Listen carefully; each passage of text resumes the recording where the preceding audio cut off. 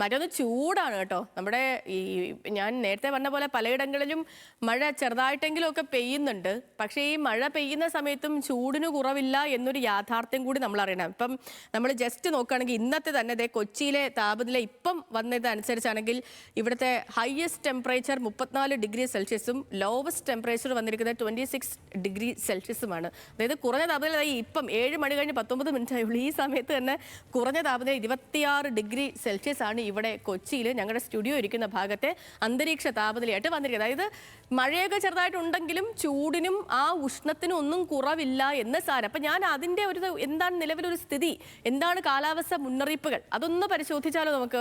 കൊടുംചൂടിൽ ഞാൻ പറഞ്ഞ പോലെ ചുട്ടുപൊള്ളുന്നുണ്ട് കേരളം. വയനാട്, ഇടുക്കി 2 ജില്ലകൾ ഒഴികെ 12 ജില്ലകളിൽ കഴിഞ്ഞ 1.5 ആഴ്ചയായിട്ട് യെല്ലോ അലേർട്ടാണ്. അത് ഇപ്പോഴും തുടരുന്നുണ്ട്. പാലക്കാട് താപനില 40 ഡിഗ്രിയിലേക്ക് എത്തുന്നു.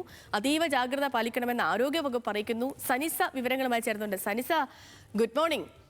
ഈ യെല്ലോ അലേർട്ട് 12 ജില്ലകളിൽ നിൽക്കാൻ തുടങ്ങിയിട്ട് 2 ആഴ്ച കാലത്തോളം എത്തുന്നുണ്ട്. ഇതിലൊക്കെ ഒരു മാറ്റം എന്തെങ്കിലും ഉണ്ടാകുമെന്ന് കാലാവസ്ഥാ കേന്ദ്രം പ്രവചിക്കുന്നുണ്ടോ? ചെറുതായെങ്കിലും മഴ ലഭിക്കുന്നുണ്ട് ചില ഇടങ്ങളിലെങ്കിലും. അത് ഒരു വേനൽ മഴയിലേക്കൊക്കെ മാറാൻ കുറച്ചധികം നാൾ ഇനിയും കാത്തിരിക്കണമോ? എന്താണ് കാലാവസ്ഥാ വകുപ്പ് നൽകുന്ന പുതിയ അപ്ഡേറ്റ്സ്?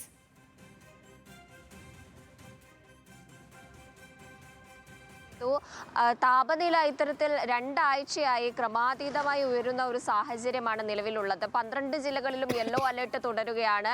ഇതിൽ പാലക്കാട് ജില്ലയിലാണ് 40 ഡിഗ്രി സെൽഷ്യസ് വരെ താപനില ഉയരാൻ സാധ്യതയുള്ളത്. കൊല്ലത്ത് 39 ഡിഗ്രി സെൽഷ്യസ് വരെയും, കോട്ടയത്ത് 38 ഡിഗ്രി സെൽഷ്യസ് വരെയും, കാസർഗോഡ്, കണ്ണൂർ, കോഴിക്കോട്, മലപ്പുറം, അതുപോലെ തന്നെ തൃശ്ശൂർ, ആലപ്പുഴ, പത്തനംതിട്ട ജില്ലകളിലൊക്കെ 37 ഡിഗ്രി സെൽഷ്യസ് വരെയും, തിരുവനന്തപുരത്ത് 36 ഡിഗ്രി സെൽഷ്യസ് വരെയുമാണ് താപനില ഉയരാനുള്ള ഒരു സാധ്യതയുള്ളത്. മെയ് പകുതി വരെ ഇതേപോലെ തന്നെ താപനില കടുത്ത് തന്നെ അല്ലെങ്കിൽ ചൂട് കടുപ്പിച്ച് തന്നെ നിലനിൽക്കുമെന്ന ഒരു മുന്നറിയിപ്പാണ് നമുക്ക് നിലവിൽ ലഭിക്കുന്നത്.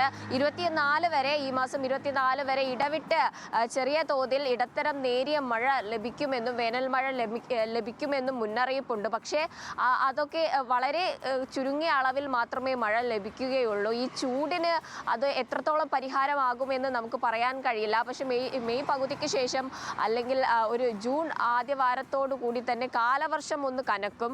കാലവർഷം കനത്താൽ മാത്രമേ ഈ ഒരു ചൂടിന് ഒരു പരിഹാരമാകുകയുള്ളൂ. അതും ഇപ്രാവശ്യം മഴ കുറവാണ് ലഭിക്കുക എന്നൊക്കെ മുൻപേ തന്നെ റിപ്പോർട്ടുകൾ പുറത്തു വന്നിരുന്നു. അതും നമ്മൾ കണ്ട് അറിയേണ്ടിയിരിക്കുന്നു. പക്ഷേ ജൂൺ ആദ്യവാരത്തോടെ ആയിരിക്കും ഈ കടുത്ത ചൂടിന് ഒരു പരിഹാരമാകുക.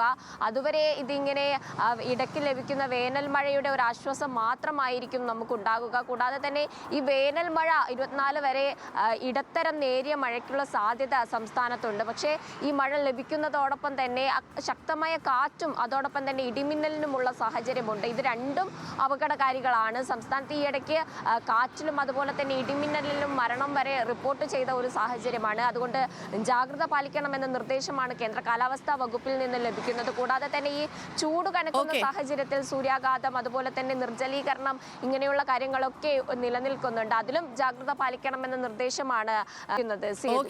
ശരി. അപ്പം പ്രിയപ്പെട്ട പ്രേക്ഷകർ, ഇപ്പൊ സനിസ പറഞ്ഞ അനുസരിച്ചാണെങ്കിൽ കാലാവസ്ഥാ വകുപ്പിന്റെ പുതിയ അപ്ഡേറ്റ്സ് അനുസരിച്ച് മഴ കുറച്ച് നാളും കൂടിയും കഴിയണം.